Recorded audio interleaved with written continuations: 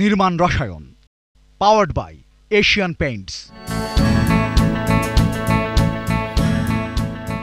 প্রিয় দর্শক, স্বাগত জানাচ্ছি নির্মাণ রসায়ন অনুষ্ঠানে পাওয়ার্ড বাই এশিয়ান পেইন্টস। এই অনুষ্ঠানের মাধ্যমে আমরা সাধারণত স্থাপত্য নির্মাণ বিষয়ক বিভিন্ন খুঁটিনাটি বিষয় তুলে ধরি, পাশাপাশি নির্মাণ বিষয়ক নানা কলাকৌশলও আপনাদের সামনে উপস্থাপন করি। এবং এরই ধারাবাহিকতায় আজ একটি ভিন্ন বিষয় তুলে ধরব, একজন স্থপতির সঙ্গে একজন ক্লায়েন্টের সম্পর্ক এবং বোঝাপড়া কেমন হয়ে থাকে।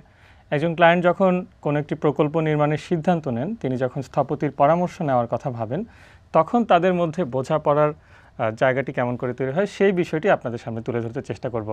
আমাদের আজকের অতিথি হিসেবে আমাদের সঙ্গে রয়েছেন স্থপতি দেওয়ান শামসুল আরিফ, ভিস্তা আর্কিটেকচারাল কনসালটেন্টসের প্রধান নির্বাহী, এবং আমাদের সঙ্গে অতিথি হিসেবে আরও রয়েছেন যিনি আসলে ক্লায়েন্টের ভূমিকায় মাহমুদ আল ফাহাদ। আপনাদের দুজনকেই স্বাগত জানাচ্ছি আমাদের আজকের অনুষ্ঠানে। স্যার, যেমনটা বলছিলাম যে ফাহাদ ভাই ওনার একটা প্রজেক্ট নিয়ে উনি স্বপ্ন দেখছেন, একটা মাল্টি ফ্যামিলি রেসিডেন্স, এবং সেটা নিয়ে আমরা আজকে পুরো সময়টা জুড়ে কথা বলবো। ওনার সাইট কনটেক্সট সম্পর্কে উনি একটু প্রথমে ব্যাখ্যা করবেন এবং তারপরে আপনার কাছ থেকে আমরা সলিউশনের বিষয়টা দেখতে চাই। জি, আসসালামু আলাইকুম। ভালো আছেন আপনি? জি, আমার তো একটা বসুন্ধরা আবাসিক এলাকায় একটা প্রকল্প, এন ব্লক, সেন্ট্রাল মস্ক ধরে যে রোডটি, সেটার উপরেই প্লটটি। তো 40 ফিট পূর্বে আর দক্ষিণে 25 ফিট হলেও একটা প্রায় 30 ফিটের মতো একটা হালট আছে। সো খুবই এক্সক্লুসিভ দক্ষিণ এবং পূর্বমুখী কর্নার একটি প্লট। তো এটা আমার একটা স্পেশাল ড্রিম প্রজেক্ট, যে এটা একটা সুন্দর সাউথ ফেস, এবং আমরা বলি যে দক্ষিণে মানে ছেড়ে বাড়ি করতে হয় কি, আমরা বলি যে পূবে হাঁস, তারপরে পশ্চিমে বাঁশ, এরকম একটা কথা আমরা শুনি। তো সেরকম সব ধরনের এন্টিক আসপেক্ট মাথায় রেখে প্লটটি বাছাই করা। আর হচ্ছে আমরা চাচ্ছি যে একটা একটু গ্রিন, একটু ওয়াটার থাকবে, খুব এক্সক্লুসিভ করে দিবেন আপনি, যেটা ন্যাচারালি পারবেন ইনশাল্লাহ। তো এই আর কি। আর একটা বাণিজ্যিক ভবনের মতো, যেটা হবে কমার্শিয়াল আবাসিক ভবন অ্যাকচুয়ালি, যেটাতে আমরা 18টা ইউনিট চাচ্ছি। 18টা ইউনিট হবে ডিজাইন, কিন্তু কিছু কিছু ইউনিট আবার ডাবল ইউনিট একসাথে হয়ে যাবে। So single unit, double unit একটা কমপ্লেক্সিটি আছে এখানে। আপনাকে তো আমি অনেকগুলো প্লটই দিয়েছি, তার মধ্যে এই প্লটটির কথা আসলে বলছিলাম। জি, থ্যাংক ইউ। এখন হ্যাঁ, প্লটটি খুব ইন্টারেস্টিং। আমি একে যদি দেখি। জি স্যার।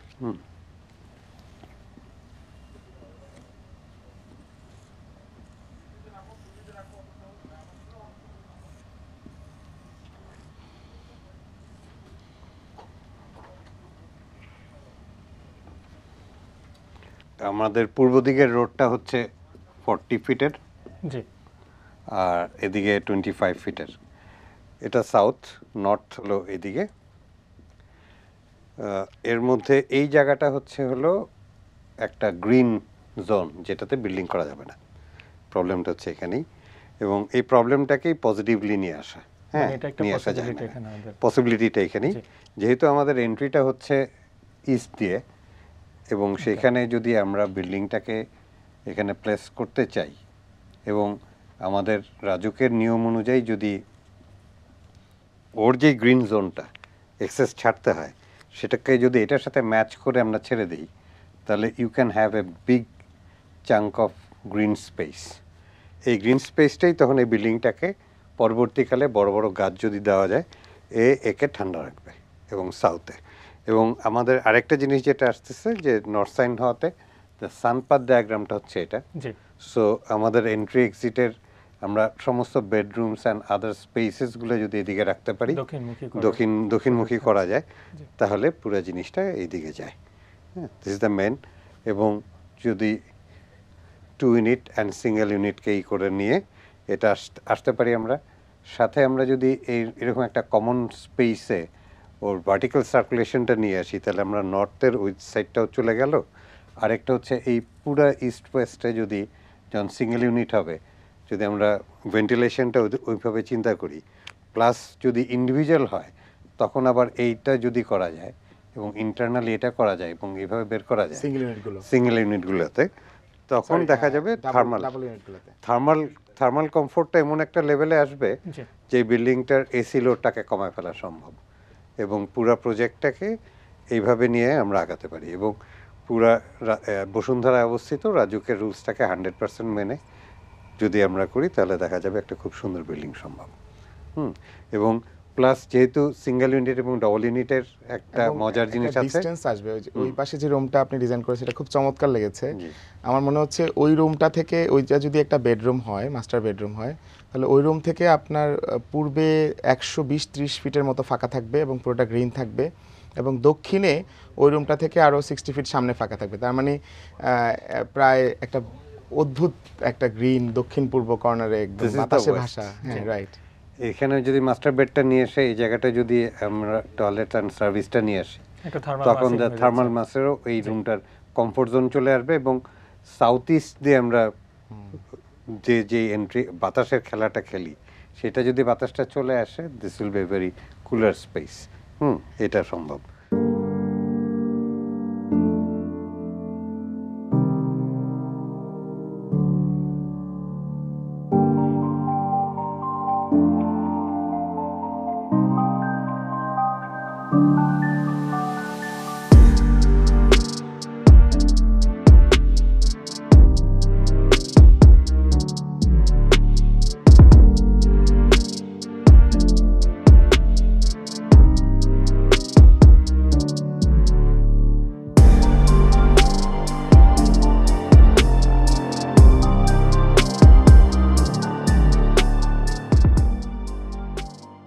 এই ধরনের ইনিশিয়াল যে ডিসকাশন সেটা তো আসলে টেবিলে বসে হয়ে থাকে। আমরা কিন্তু আজকে দর্শকদের সুবিধার্থেই বোর্ডে সেটা করে দেখাচ্ছি।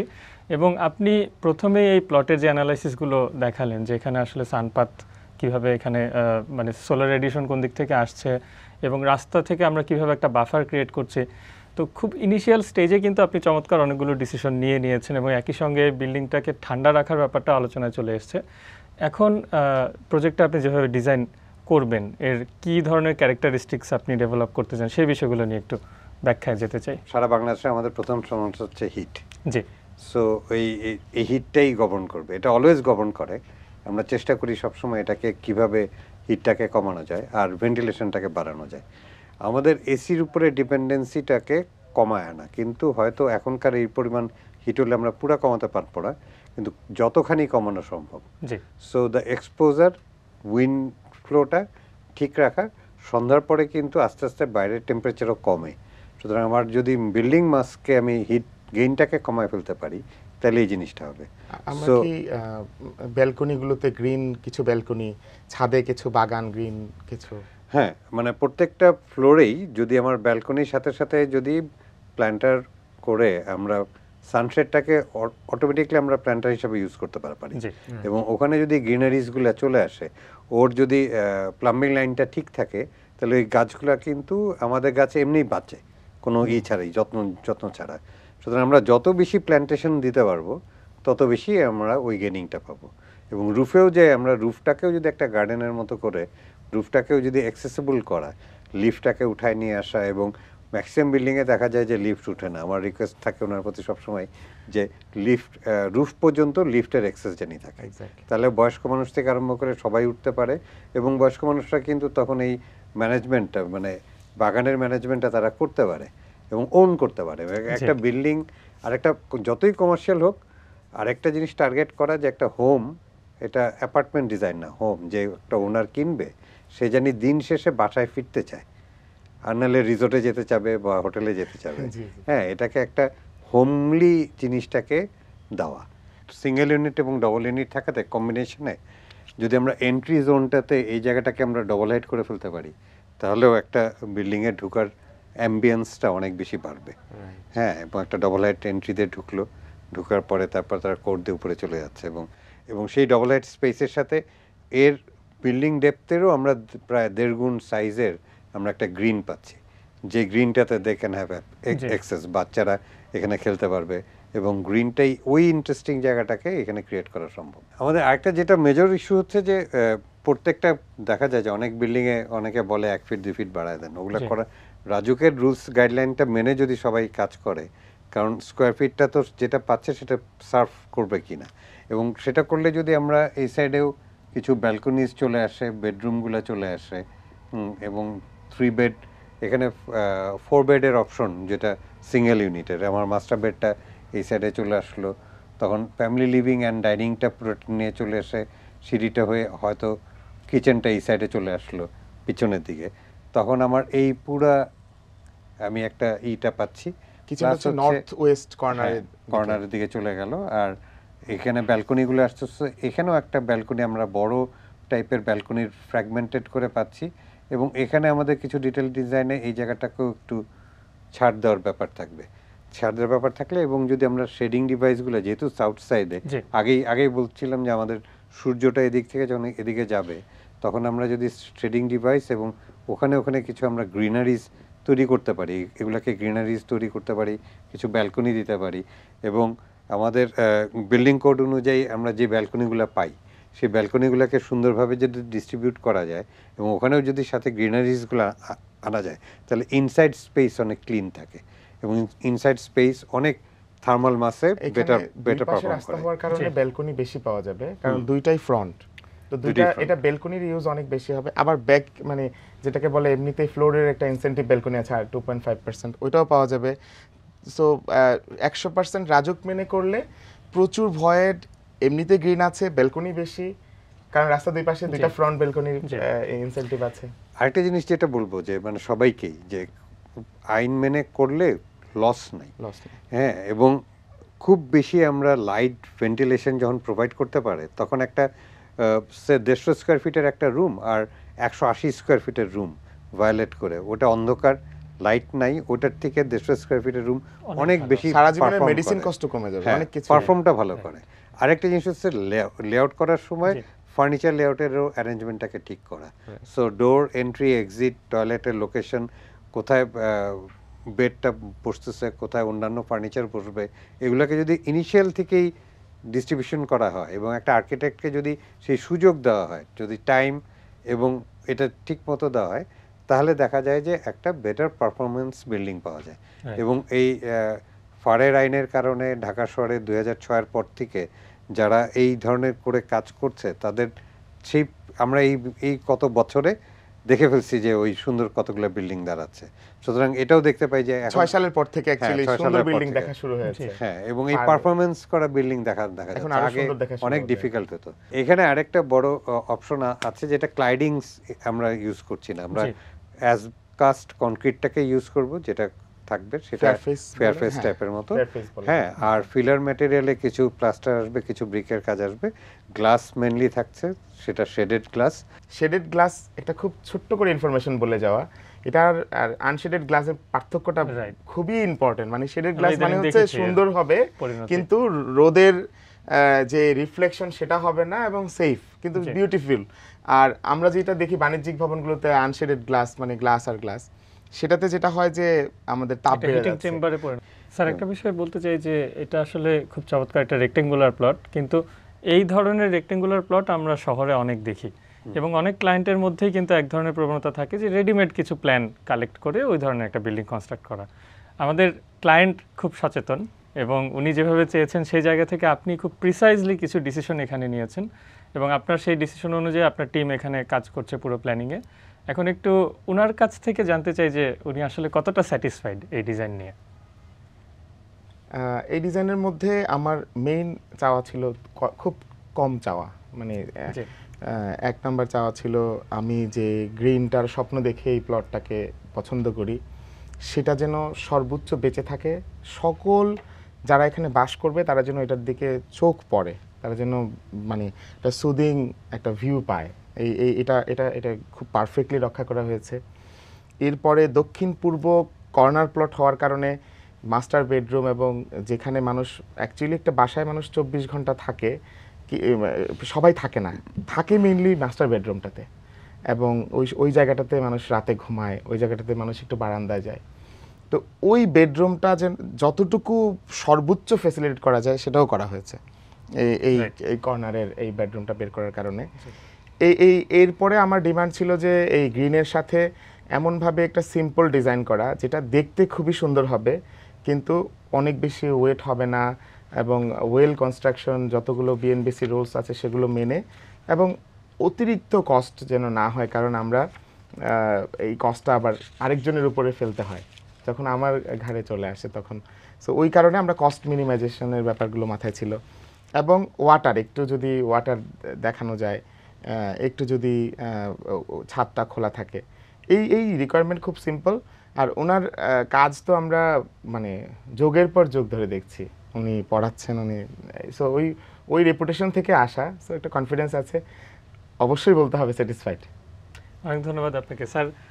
আপনাকেও ধন্যবাদ দিতে চাই, কারণ আপনি আসলে খুব কেয়ারফুলি ক্রাফটেড একটা সলিউশন তৈরি করেছেন, এবং এখানে আমরা ওয়াটার ফিচার যেমন দেখছি, গ্রিন কভার তেমনি দেখছি, আবার আননেসেসারি কোনো অর্নামেন্টেশনও কিন্তু আপনি ব্যবহার করছেন না। সব কিছু মিলিয়ে খুব সিম্পল কিন্তু একটা দারুণ একটা ডিজাইন এখানে তৈরি হয়েছে। যারা আসলে আমাদের সঙ্গে দর্শক হিসেবে এতক্ষণ যুক্ত ছিলেন, তাদের উদ্দেশ্যে আপনার কি পরামর্শ থাকবে সেটা জেনে আমরা আলোচনা শেষ করব। এটা একটা বিল্ডিং একটা কমপ্লেক্স জিনিস, এটা খুব ইজি জিনিস না, যদি আমরা খুব ইজিলি দেখতে পাই। এবং এটার জন্য সবাইকে বলবো যে যার যার ক্ষেত্রে সমস্ত কনসালটেন্টগুলোকে ইউজ করা এবং তাদের কথা শোনা। দেখা যায় যে আমাদের এই টেন্ডেন্সিটা অনেক সময় কম থাকে, অনেক দিকে আমরা ডিরেল হয়ে যাই। আর্কিটেক্টকে সুযোগ তৈরি করে দেওয়া কাজ করার জন্য, এবং তার কথা ডিপলি শোনা, এবং তাকে আবার ফিডব্যাকও দেওয়া যে মানে আপনার রিকোয়ারমেন্ট, আর্কিটেক্ট এই বিল্ডিংয়ে থাকবে না, আপনি থাকবেন, সুতরাং আপনার রিকোয়ারমেন্ট অনুযায়ী আপনার সমস্ত যদি তাকে এক্সপ্লেন করেন এবং তাকে সেই সুযোগ টাইম দেন এবং তার সলিউশন বের করার জন্য, তাহলে অবশ্যই ভালো বিল্ডিং তৈরি হবে। এবং আমাদের অলরেডি হচ্ছে, এবং ক্লায়েন্ট অনেক ডেভেলপ করছে আগের থেকে, এখন আর্কিটেক্টরা অনেক ডেভেলপ করে যাচ্ছে, এবং অন্যান্য সার্ভিস ফ্যাসিলিটিসগুলো এখন আমাদের অনেক স্ট্রং। সো আমার বিশ্বাস যদি এটা একটু keep on doing this things, আমরা ভালো জিনিস পাবোই। অসংখ্য ধন্যবাদ স্যার, আপনি একজন বরেণ্য স্থপতি এবং আপনি আমাদেরকে মূল্যবান সময় দিয়েছেন, একটা ডিজাইন সলিউশন নিয়ে আলোচনা করেছেন। এবং ফাহাদ ভাই, আপনাদের দুজনকেই ধন্যবাদ এবং কৃতজ্ঞতা জানাচ্ছি। ধন্যবাদ। প্রিয় দর্শক, এবারে থাকছে এক্সপার্ট টাইম। সবাইকে স্বাগত জানাচ্ছি আজকের এশিয়ান পেইন্টস এক্সপার্ট টাইমে। আজকে আমাদের সাথে আছেন architect Helal Uddin sir. Sir কেমন আছেন? আলহামদুলিল্লাহ ভালো আছি। স্যার, আমি যতটুকু জানি আপনার 38 বছর যাবত কাজ করছেন অ্যাজ অ্যান আর্কিটেক্ট। আপনার এই গল্পটাকে যদি একটু ছোট করে আমাদেরকে বলতেন। আমি দেশের বাইরে অনেক জায়গায় ছিলাম, বাংলাদেশে এসে আমি বিভিন্ন ফার্মে কাজ করেছি। মাজারুল ইসলাম স্যারের সাথে কাজ করার সৌভাগ্য আমার হয়েছে, শহীদুল্লাহ সাহেবের সাথে কাজ করার সৌভাগ্য আমার হয়েছে, রবিউল স্যারের সাথে কাজ করার আমার সৌভাগ্য হয়েছে। তাছাড়া আমি ইউজিতে কাজ করেছি, আমি ওয়ার্ল্ড ব্যাংকের কনসালটেন্ট ছিলাম, এডিবির কনসালটেন্ট ছিলাম, জাইকারও কনসালটেন্ট ছিলাম, হাইটেক পার্কেরও কিছু কাজ করেছি। বাংলাদেশে বিভিন্ন প্রেক্ষাপটে আমি কাজ করার মতো আমার সৌভাগ্য হয়েছে বলে আমি নিজেকে ধন্য মনে করি। আপনি তো গভর্নমেন্টে যেহেতু অনেক ক্লোজলি কাজ করেছেন, গভর্নমেন্ট প্রজেক্টগুলো যখন অ্যাকচুয়ালি আমরা ডিজাইন নিয়ে কথা বলি, বা এই যে প্রাইভেট প্রজেক্টগুলো ডিজাইন নিয়ে যখন আমরা কথা বলি, তখন অ্যাকচুয়ালি কোন জিনিসগুলোকে আপনি সাধারণত ডিজাইনের সময় প্রায়োরিটি দিয়ে থাকতেন? ফার্স্টে যেই জায়গায় আমি প্রজেক্ট আমার হবে ওখানে আমি একটা ফিজিবিলিটি স্টাডি করি।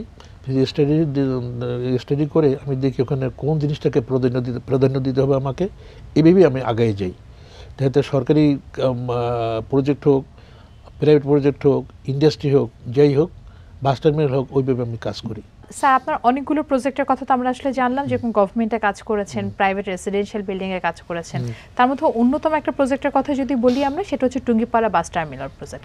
এই প্রজেক্টে পেইন্টের স্পেসিফিকেশনের জন্য আপনি কোন জিনিসটা মাথায় রেখেছিলেন? ইন্টেরিয়রে অর্থাৎ দেওয়ালগুলিতে যাতে ময়লা আবর্জনা না হয়, ওই জন্য এশিয়ান পেইন্টের স্মার্ট ক্লিন এটা আমরা ইউজ করেছি।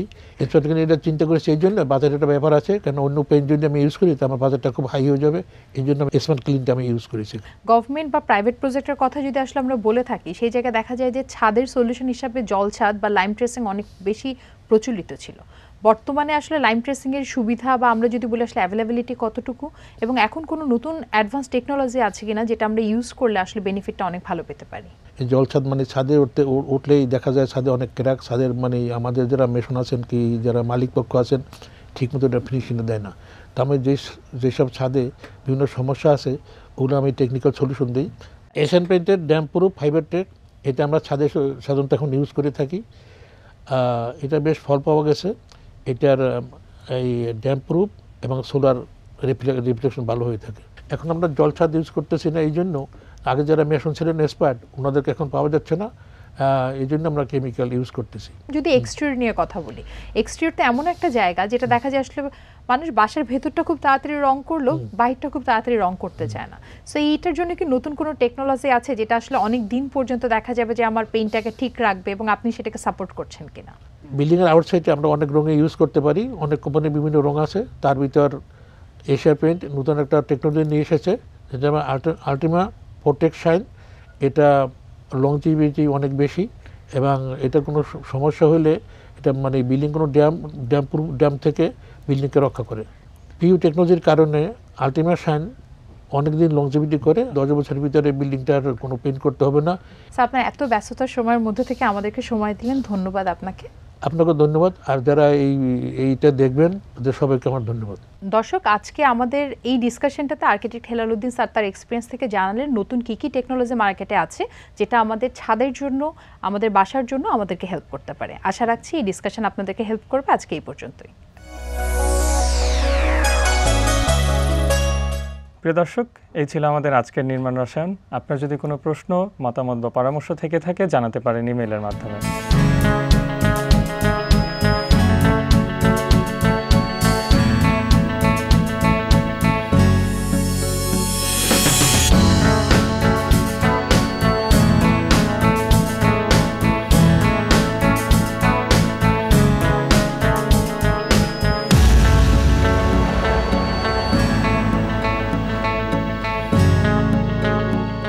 Powered by Asian Paints.